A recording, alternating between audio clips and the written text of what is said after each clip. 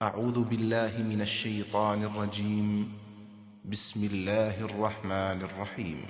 يا أيها الذين آمنوا خذوا حذركم فانفروا ثبات أو انفروا جميعا وإن منكم لمن ليبطئن فإن أصابتكم مصيبة قال قد أنعم الله علي إذ لم أكن معهم شهيدا ولئن أصابكم فضل من الله ليقولن كأن لم تكن بينكم وبينه مودة يا ليتني كنت معهم فأفوز فوزا عظيما فليقاتل في سبيل الله الذين يشرون الحياة الدنيا بالآخرة ومن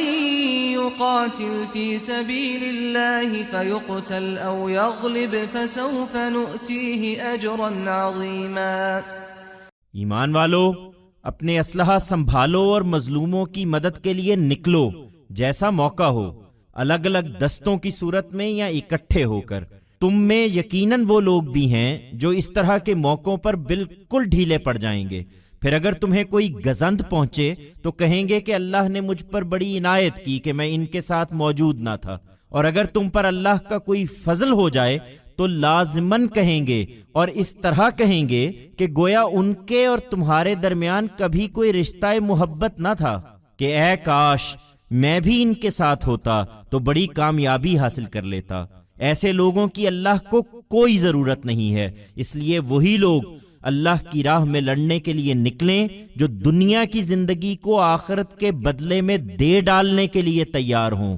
ان کے لیے بشارت ہے کہ جو اللہ کی راہ میں لڑے گا اور مارا جائے گا یا غلبہ پائے گا اسے ہم ضرور اجر عظیم عطا کریں گے۔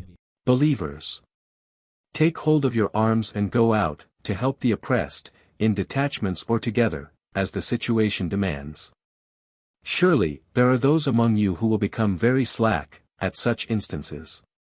Then, if some harm befalls you, they will say, God has been gracious to me that I was not present with them.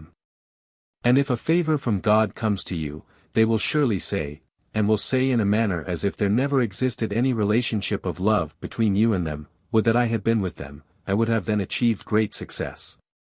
God does not need such people. So, only those should come out to fight for the cause of God who are willing to give up this world in return for the next. For them are glad tidings that, whoever fights for the cause of God, whether he dies or triumphs, on him we shall surely bestow a rich recompense.